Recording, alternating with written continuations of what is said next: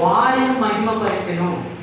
ఇక్కడ మనం గమనించాల్సింది ఏంటంటే రోమిలికి రాసిన పత్రిక 6వ అధ్యాయం 18వ వచనంలో పాపము నుండి విడిపింపబడి దేవునికి దాసులయ్యి తిరిగి అని రాయబడి ఉంది కదా.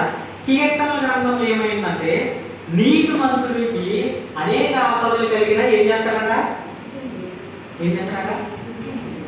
తిరిగి లేస్తాడు. కాబట్టి అక్కడ పాపం నుండి విడిపింపబడి నీతికి దాసులు అయిపోయారు మీరు. ఇక్కడేముంది, దేవుడు ఎవరిని ఏర్పరచుకున్నాడో వారిని పిలిచినాడట, ఎవరిని పిలిచాడో వారిని ఏర్పరచుకున్నాడు, ఎవరిని ఏర్పరచుకున్నాడో తన కుమారుని యొక్క అంటే యేసుక్రీస్తు వారి కుమారుని యొక్క స్వారూప్యంలోకి మార్చబడాల.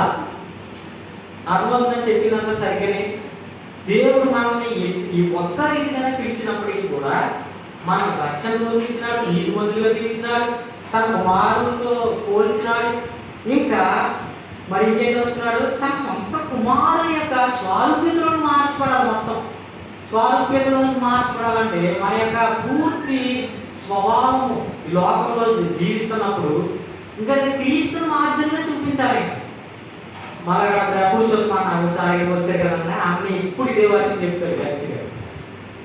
అసలు దేవుని స్వారూప్యతలను మార్చబడితే ఏంటంటే, ఉదాహరణకు యేసుక్రీస్తు వారు మరి ఆ కొండ మీద ప్రసంగంలో మోసే గారు ఏలే గారితో మరి సంభాషిస్తున్నప్పుడు ఆయన ముఖం ఏమైంది, ఏమైందన్నా ప్రకాశించింది. అక్కడ స్వారూప్యత అంటే ముఖం మార్చబడితే చూస్తాం ఆ యొక్క అనుభవం అని.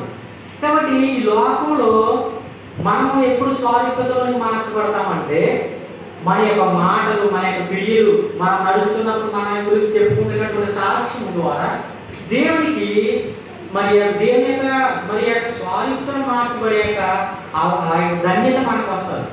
కాబట్టి ఇలాంటి మాటలను మనం చదువుతున్నప్పుడు లేదంటే ధ్యానిస్తున్నప్పుడు మనం పరీక్షించుకోవాలి, మనల్ని మనం విమర్శించుకోవాలి. ఓన్లీ ఆదివారం వచ్చేసి మరి ప్రభు దగ్గరికి వచ్చేసిన తర్వాత కాదు, ప్రతి మాట కూడా దేవునికి ఇష్టకరంగా నేను ఉంటున్నానా, దేవుడు మనల్ని ఈ రీతిగా పిలిచినాడు కదా. ఇంకా రాయబడి ఉన్నాయి కొన్ని మాటలు క్లుప్తంగా చూస్తామండి. ఎఫెసీయులకు రాసిన పత్రిక 1వ అధ్యాయము, ఎఫెసీయులకు రాసిన పత్రిక 1వ అధ్యాయము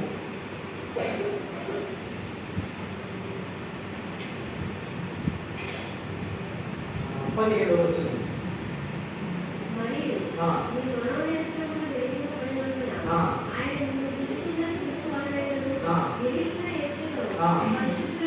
సరిపోతాక ఇక్కడ ఏమనుందంటే మీ మనోనేత్రములు వెలిగింపబడినందున ఆయన మిమ్మల్ని పిలిచిన పిలుపు వలన నిరీక్షణ ఎట్టిదో.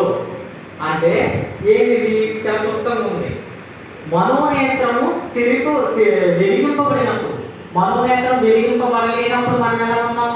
గతంలో వర్షిప్ మెసేజ్లో చూస్తూ చీకటి అయి ఉంది మన బతుకు, చీకటిలో లేవు, మన జీవితమే చీకటి అయి ఉంది. అది గమనించాలి ఫస్ట్. ఇలాంటి చీకటిలో నిజానికి దేవుడు లోకానికి వెలుగులో వస్తున్నారు.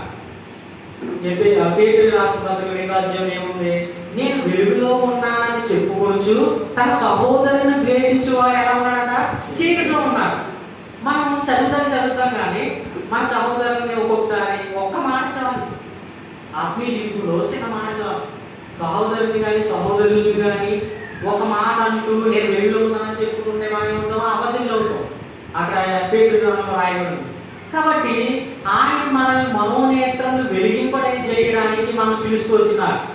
ఇంకా చూసినట్లయితే 4వ అధ్యాయం 2వ వచనంలో చదవగా, ఇదే ఎఫెసీయులకు రాసిన పత్రిక 4వ అధ్యాయం 2వ వచనం, మీరు పిలువబడిన పిలుపునకు తగినట్లుగా దీర్ఘశాంతంతో కూడిన సంపూర్ణ వినయముతోను సాత్వికముతోను నడుచుకునవలెనని ప్రభువును బట్టి ఖైదీలైన నేను బ్రతమాలుచున్నాను. ఇప్పుడు దేవుడు మనల్ని ఎక్కడి నుంచి పిలిచాడు, ఏ స్థితిలో నుంచి పిలిచాడు, మన గత జీవితం ఏమై ఉంది, రెండవది తన రాజ్యమును మహిమను పిలిచాడు అనుకున్నాం. ఇప్పుడు లోకంలో మనం దేని గురించి పిలిచాడంట, దేని గురించి పిలిచినాడు, దీర్ఘశాంతంతో కూడిన సంపూర్ణ వినయంతో. ఫిలిప్పీయులకు రాసిన పత్రిక 2వ అధ్యాయం 3వ అధ్యాయంలో ఒక మాట ఉంటుంది. అక్కడ ప్రవీణ్ అన్న ఉన్నాడు, అన్న చెప్తా ఉంటాడు ఎప్పుడు కూడా. ఏమంటే ఒక మాట అది మర్చిపోయాను నేను, సార్ చిన్న ఫిలిప్పీయులకు రాసిన పత్రిక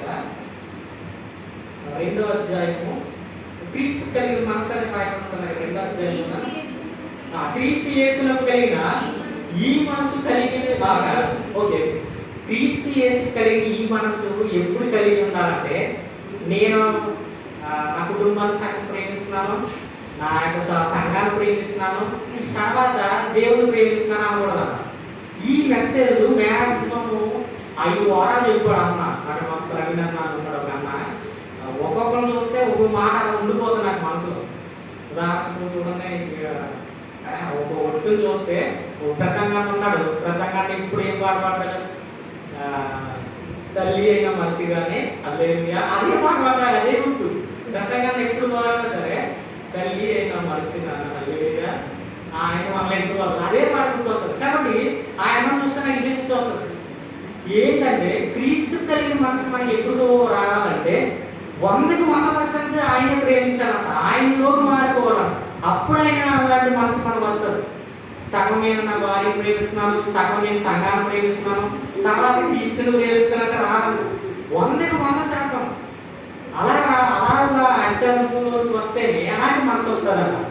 కాబట్టి గత జీవితంలో మన అవుదేలు, ఇంకా తప్పిపోయిన వారు, చీకటిలో ఉన్నవారు, ఇంకా లోబడిని పిల్లలను, మరి తండ్రి మాటకు తిరుగుబాటు చేసే పిల్లలను, అలాంటి వారిని దేవుడు పిలుస్తూ తన క్రీస్తుతో సంభాషించే కొరకు, మరి రక్షణ పొందుటి కొరకు, ఇంకా స్వారూప్యతలోని మార్చబడి కొరకు, ఇంకా ఇక్కడ ఏమైంది, లోకంలో మనం ఎలా ఉన్నామంట, దీర్ఘశాంతముతోను.